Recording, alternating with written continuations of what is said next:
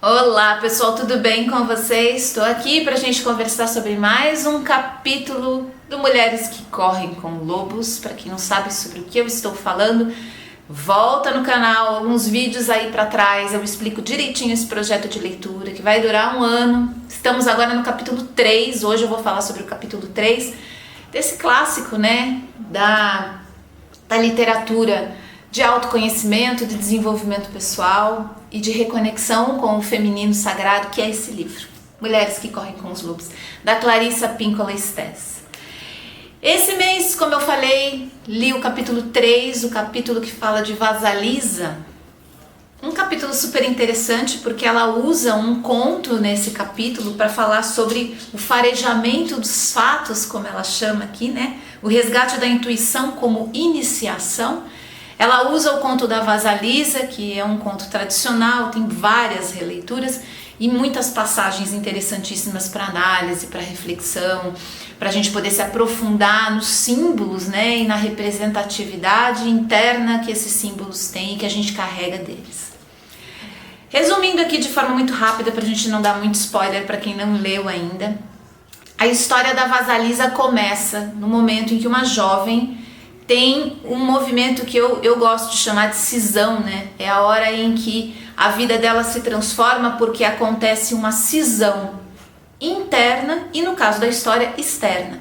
Vasalisa perde a mãe e o pai logo na sequência se casa com uma outra mulher que tem filhas e que, enfim, se transformam em agentes repressores da Vasalisa. Tudo que ela fica, tudo que ela recebe é uma boneca que a gente vai perceber que tem dons e poderes mágicos e que vai ajudar a Vasalisa numa série de situações mais complexas, em algumas dificuldades, em alguns desafios que ela vai atravessar. Esse conto tem essa primeira parte, né, que, como eu disse, para mim representa muito a cisão que acontece, né, no momento em que a gente começa a nossa jornada em direção a gente mesmo. A gente percebe a cisão que acontece entre dois polos, né, o feminino e o masculino. A Clarissa não faz essa abordagem aqui, ela vai por um outro sentido, ela não entra nem muito na questão do masculino, mas a princípio esse conto, essa história, ele pode remeter a gente também a essa questão. Mas aqui Vasalisa é levada de uma forma muito natural em direção a uma iniciação. E essa abordagem eu achei muito interessante da Clarissa, porque realmente é uma questão comum a todos nós. Eu acho que de alguma maneira a gente, ao longo da nossa vida, vai passar por situações e por processos que vão se assemelhar muito a uma iniciação, né? E ela divide essa história, esse conto em tarefas, o que eu também achei interessantíssimo para a gente conseguir observar essa trajetória de crescimento, de amadurecimento e de reconexão com as suas próprias forças que acontece com a nossa personagem aqui, através de tarefas, de desafios, né? Assim como aconteceu com Hércules, né? Com seus trabalhos, a pessoa vai vivenciando experiências que vão jogando ela em situações onde ela vai entrar em conexão com as próprias forças e se conhecer mais por conta disso. O ápice dessa história, que na minha opinião assim traz todo o charme, né, toda a potência reveladora, é o encontro da jovem que sai da casa da madrasta, deixa para trás, né, os agentes repressores, e ela vai em direção a Baba Yaga. Eu tenho uma ligação muito forte com essa deusa. Baba Yaga é uma deusa, na verdade ela relata e chama aqui na história de bruxa. Mas dentro dos meus estudos e dentro da perspectiva que eu tenho, Baba Yaga é uma potência, uma força divina, né? Então a gente pode representá-la como uma deusa, um ser mitológico, um arquétipo que na verdade traz para dentro das nossas vidas de uma forma aqui lúdica, simbólica, né? Dentro de uma história, mas ela nos lembra o potencial que as nossas sombras têm. Baba Yaga é uma deusa que mora nas florestas, que vive no escuro da mata escura, perdida, num lugar onde o acesso é muito difícil. Baba Yaga é cercada pela mágica, pelos objetos encantados, né? Ela é o próprio encantamento e a sua vivência, a sua existência e a necessidade da presença da Baba Yaga no mundo é um mistério, e mesmo a convivência com a Baba Yaga, como a gente vê na história, não consegue ainda trazer para a gente a clareza necessária para a gente perceber o tamanho e a força desse potencial que reside no fundo da nossa alma, né? Nos lugares mais profundos da nossa essência, aonde habita as sombras, aonde a luz é mais escassa e aonde a gente vai ter que provavelmente se envolver com uma série de processos que nos levam e nos jogam em direção a tudo aquilo que a gente ignorou. Não só a gente, né? Acho que a nossa linhagem, a nossa ancestralidade também ignorou, reprimiu, jogou para debaixo do tapete.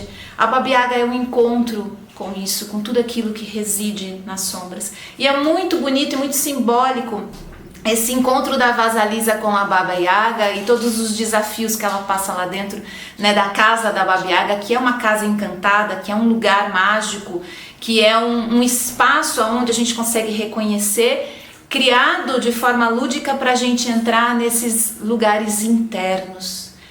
De uma maneira ou de outra, eu acredito que todos nós vamos, ao longo da vida, confrontar situações, pessoas, vivências que vão nos encaminhar em direção à casa da Baba Yaga, ao encontro dessa deusa das sombras, da escuridão, daquilo que ficou escondido no subterrâneo, né, do nosso consciente. O encontro com a Baba Yaga é sem dúvida nenhuma um marco para nós mulheres, porque ele foge completamente da sequência de fatos que o sistema muitas vezes nos coloca. Então, dentro da rotina da vida comum, a gente não espera, a gente não aguarda. Esse processo de iniciação e de encontro com a Baba Yaga muitas vezes acontece de maneira inesperada. E por isso que esse conto, eu acho que ele fala tão profundamente com a gente, né, com as mulheres, porque isso não está, de alguma forma, não é desejado, não é esperado, não é alguma coisa que a sociedade nos coloca, né? Por isso que quando acontece, muitas vezes a gente acaba se sentindo muito desamparado, né, deslocado, e o conto vem de alguma maneira trabalhar também com essas sensações, né, também com essas percepções aí mais assustadoras. Mas eu vou contar aqui para vocês um pouquinho do que eu fiz de leituras paralelas à leitura desse conto ao longo desse mês, que eu achei que foi muito especial isso, porque de um jeito também muito espontâneo e quase coincidência, eu não acredito muito em coincidência, mas enfim, eu entrei em contato com algumas leituras que fizeram muito sentido e que me agregaram muito, principalmente essa questão do encontro das sombras, né? O encontro com a Baba Yaga, com essa potência divina da Baba Yaga. De uma forma, como eu disse, sincrônica, eu entrei em contato com um material da Simone de Beauvoir, em que ela relata um pedaço específico da vida dela, em que ela entra num processo iniciático, sem saber, tá? A descrição dela, obviamente, ela não vai usar esse termo, mas fica evidente o processo que ela fez, de forma muito parecida com a Vasalisa, se afastando de Paris, se afastando de Sartre, indo para o interior da França para viver uma vida quase monástica e muito conectada com os processos internos dela. E é um texto muito bonito, né? Tem um significado para nós mulheres muito forte, né? Simone era uma excelente escritora, né, de histórias, então ela sabe trazer para dentro desse texto dela uma mágica muito parecida com o conto da Vasalisa, né? Só que aí ela está falando da vida real dela, ela está falando da jornada dela. Esse trecho específico, ele está no livro A Força das Coisas, que é o terceiro livro da trilogia da Simone de Beauvoir. Mas eu, de alguma forma, muito encantada com essa possibilidade que eu consegui visualizar aí da biografia da Simone de Beauvoir como uma história real, né, da Vasalisa, fui atrás de ler a trilogia completa. Obviamente eu não consegui. Eu li esse mês o Memórias de uma Moça Bem Comportada, eu li no Kindle, nessa edição da Nova Fronteira, que tem um box novo que tá maravilhoso, né, com os 3 livros da Beauvoir, e eu pretendo ler, assim que terminar esse, eu vou ler A Força da Idade, que é o segundo livro, e depois A Força das Coisas, que é esse que compreende essa passagem. Mas uma das movimentações mais interessantes que a Simone faz nessa jornada dela de autoconhecimento, em busca desse ciclo de tarefas iniciáticas, como eu disse, foi se mudar para o interior da França e passar muito tempo em contato, em conexão com ela mesma, em caminhadas, em longas caminhadas meditativas. E dentro da história da Vasalisa, a gente tem o percurso que ela faz da casa da madrasta até o encontro da cabana da Baba Yaga. E esse trajeto também acontece numa caminhada, e também tem a caminhada de volta, né, que ela sai da cabana e ela volta para a casa do pai. Então ela tem também esses dois trajetos que marcaram muito essa coisa da caminhada, do exercício de andar pelo mundo, né? E por isso que eu separei mais um livrinho aqui esse mês para reler. E esse livro eu tenho um carinho enorme por ele, porque ele é um livro transformador, chama Caminhar, uma Revolução. É da Martins Fontes, a editora, tá? Do Adriano Labucci. O Adriano é italiano e, como todo bom italiano, é apaixonado, né, pelo caminhar, pelo andar, pelas trajetórias de um lugar para o outro, que de alguma maneira acabam gerando uma espécie de uma revolução interna. Então o exercício do caminhar, como também um movimento iniciático, a gente vê tanto no conto da Vasalisa como nas memórias da Simone de Beauvoir, como um recurso muito interessante para a gente começar a nossa jornada interna. Por isso que eu resolvi trazer para vocês aqui essa dica, que é um livro que eu sempre releio, porque eu gosto muito da maneira como o Adriano aborda o exercício da caminhada e dos passeios e das trilhas como uma forma da gente entrar em conexão com a gente mesmo. Bom, isso não é obviamente uma descoberta do Adriano, uma coisa que faz parte da história do homem, mas é interessante que também é uma das tarefas, é uma das jornadas, é um dos degraus, né, da iniciação que normalmente existe. Outra leitura que eu fiz esse mês, que está relacionado aí já com o encontro da Vasalisa com a Baba Yaga, que quando eu comecei a ler essa passagem, na hora me veio todo o material, né, a ideia do material junguiano sobre o encontro com as sombras. E como eu tenho em casa esse livro, que é uma raridade, uma preciosidade, uma raridade, Ao Encontro das Sombras, que é uma coletânea de ensaios que falam justamente sobre o potencial oculto do lado escuro da natureza humana. Esse é um livro muito famoso, é um livro muito reconhecido dentro do universo da psicanálise, porque ele é um livro que recolheu dos melhores autores, os melhores ensaios, falando sobre esse momento em que a gente decide, que a gente escolhe ou que a gente é escolhido, né, para entrar em contato com o universo das nossas sombras. E que momento assustador esse pode ser, né? Por isso que o conto da Baba Yaga, acho que vai muito de frente a isso, porque mostra justamente o terror e o medo que a gente sente de entrar em conexão com a natureza, a nossa natureza, a natureza humana, que não é assumida publicamente, né, mas que existe. E existe com muita força.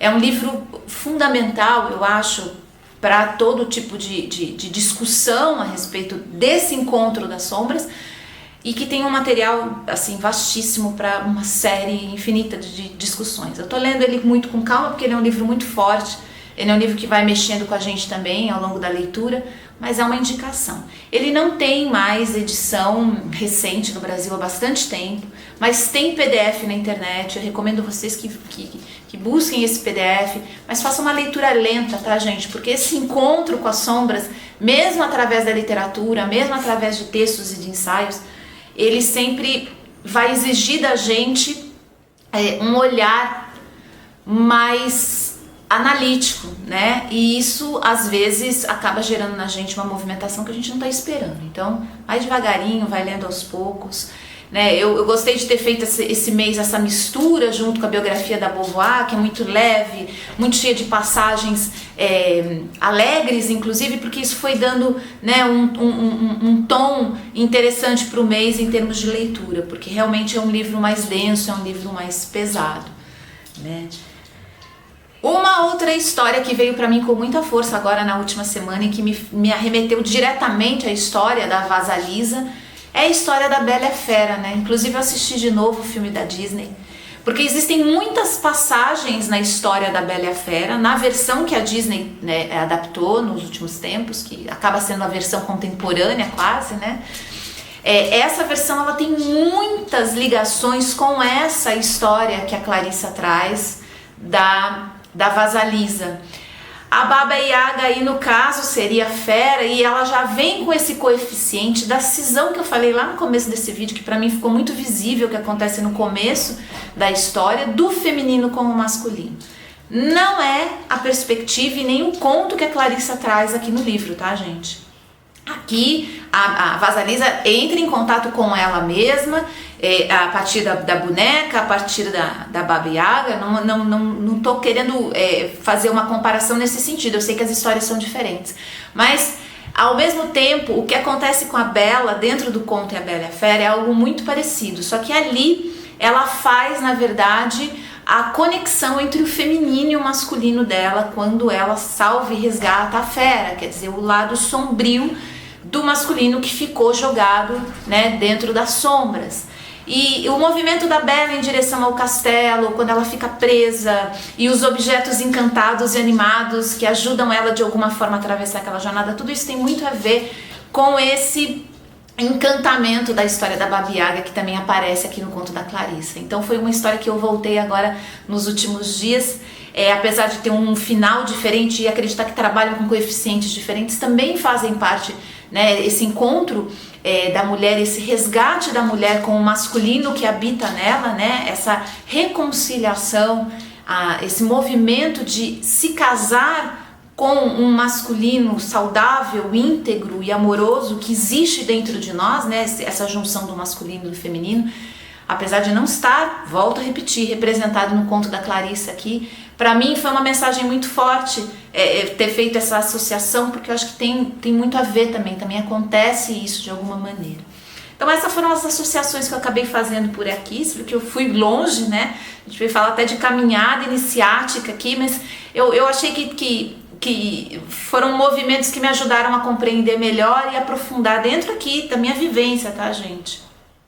Como eu disse e repito em todos os vídeos aqui dessa série, eu tô trazendo para vocês as minhas vivências. Elas não são perfeitas e elas nem vão se encaixar de forma brilhante com o material da Clarissa, mas eu não poderia trazer uma outra coisa aqui que não fosse a minha vivência, porque é isso que eu tenho para trazer e para partilhar para vocês. E eu vou tentando agregar um ou outro movimento aqui para aprender mais e para conseguir fazer esse aprofundamento dentro da minha vivência, experiência e daquilo que eu tô passando, né?